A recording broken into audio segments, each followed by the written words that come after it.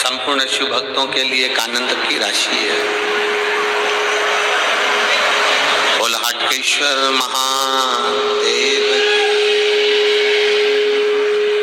तो ये पवित्र भूमि पर बैठकर, ये पवित्र भूमि पर आप और हम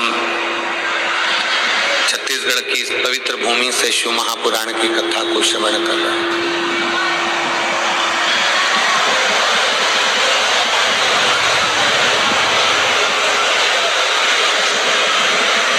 इतनी तपती हुई ज्येष्ठ का महीना, कहते हैं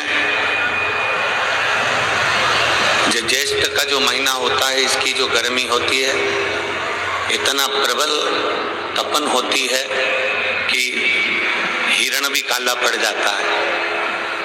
और ऐसी ज्येष्ठ की गर्मी में आप ये लाखों की संख्या में यहाँ पहुंचकर कथा श्रवण कर रहे हैं। ये शिव की उदारता, ये भगवान शंकर की करुणा है, ये उनकी उदारता। और शंभो शरणे पड़ी मांगू घड़ी रे घड़ी, दुख काटो दया करी दर्शन। ओ शंभो शरणे पड़ी मांगू घड़ी रे घड़ी, दुख काटो दया करी दर्शन। बिना शिव की कृपा के एक कदम भी आप और हम चल नहीं सकते। बिना शिव की कृपा के एक अंश भी हम आगे बढ़ नहीं सकते। इस कथा का जो नाम दिया है वो समर्पण शिव महापुराण।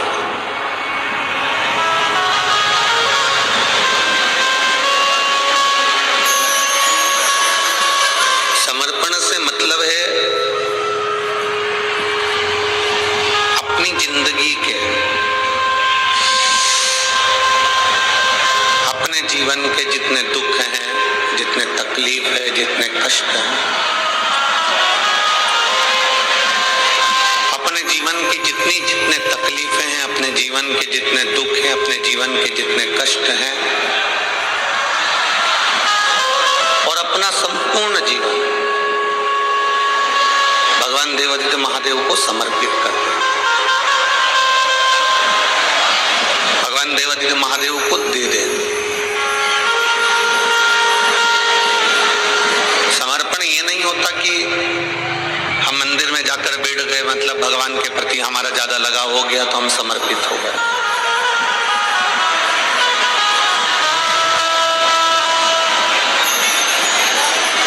हम किसी तीर्थ में जाकर बैठ गए तो हम वहां जाने पर ऐसा लगा कि हम तीर्थ के प्रति समर्पित हो गए।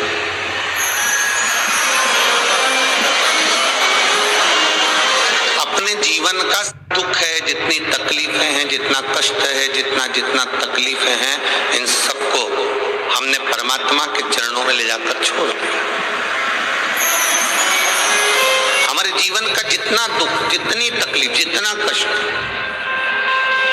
जो भी है, हम उसको परमात्मा के चरणों में ले जाकर छोड़ दें, हम भगवान के चरणों में ले जाकर रख दें, तो समझ लेना कि हमारी जिंदगी का समर्पण हो गया। हमने अपनी सारी जिम्मेदारी बाबा भोलेनाथ जी पर छोड़ दी।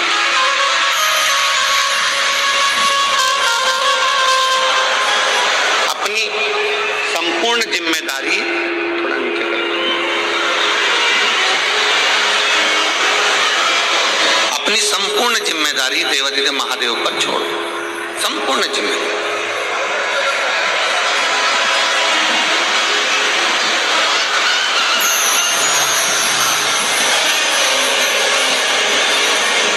कल जब हम आए,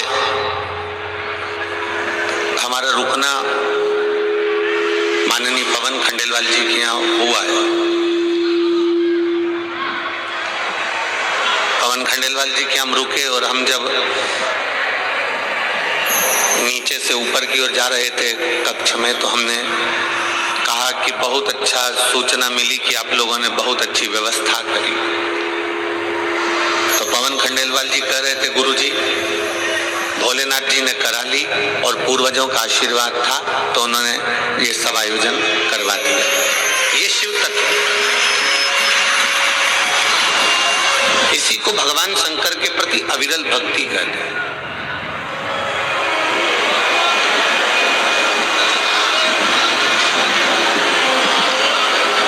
कल गाड़ी में बैठकर आ रहे थे तो सभी लोग बता रहे थे कि बहुत अच्छे से व्यवस्था करी गई है, पंडाल लगाए गए हैं, पीने के पानी की व्यवस्था करी गई है और फुहारे लगाए गए हैं जिससे गर्मी का टेम्परेचर थोड़ा सा कम हो पंडाल के अंदर, ऐसी व्यवस्था करी।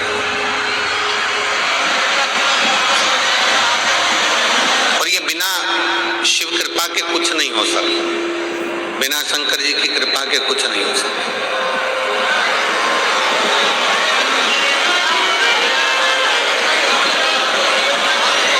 यदि आप समर्पण में कोई दिखावा नहीं, समर्पण दिखावे से परे है, समर्पण में कोई दिखावे का काम नहीं।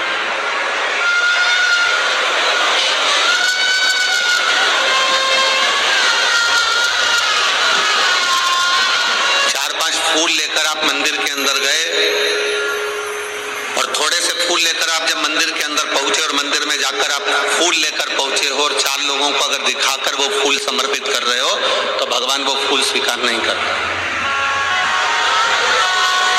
आपका वो समर्पण श्रेष्ठ नहीं है। आपने अगर दिखावा कर कर कुछ कार्य किया है तो उसमें श्रेष्ठता नहीं है।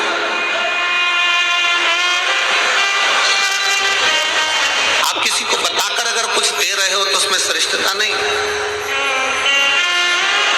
आप किसी को जताकर अगर भोजन करा रहे हो तो उसमें श्रेष्ठता नहीं।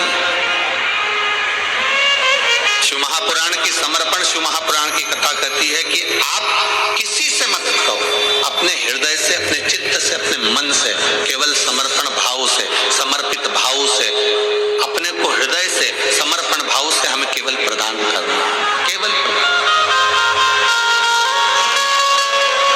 और तेरा ही दिया मैंने खाया पिया है, तेरा शुक्रिया, तेरा शुक्रिया,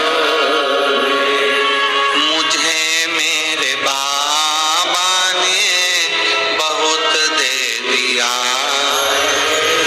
तेरा शुक्रिया,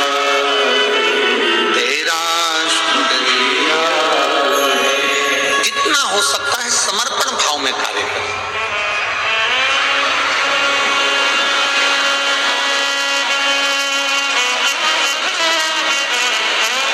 यहाँ हाटकेश्वर महादेव हैं, कौन कौन गया दर्शन करने, जरा हाथ उठाओ। आप लोग गए हो? रखिए, आप सभी को नमन है जो आप बाबा के दर्शन करें।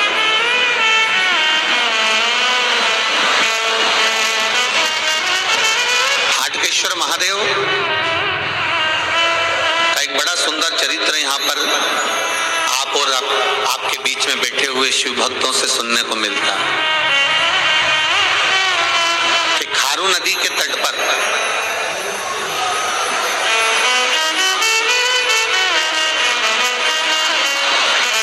वन को जाते समय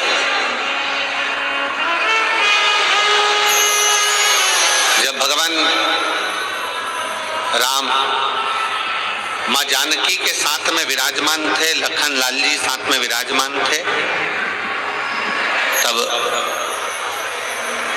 भगवान राम जी ने एक प्रतिज्ञा अयोध्या से चलते समय ली थी कि प्रतिदिन शंकर के शिवलिंग का निर्माण करना है और उसकी पूजन करना है, प्रतिदिन।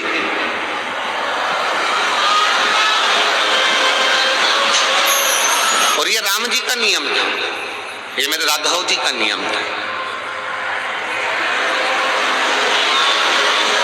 राम जी ने एक नियम लिया था कि प्रतिदिन अयोध्या से निकल कर जा रहा हूं और अयोध्या में मेरे पिता दशरथ जी का नियम है कि दशरथ जी शंकर भगवान के पार्थिव शिवलिंग का निर्माण करते हैं, उसकी पूजन करते हैं, उसकी आराधना करते हैं, उसकी अर्चना करते हैं। तो मैं भी उसको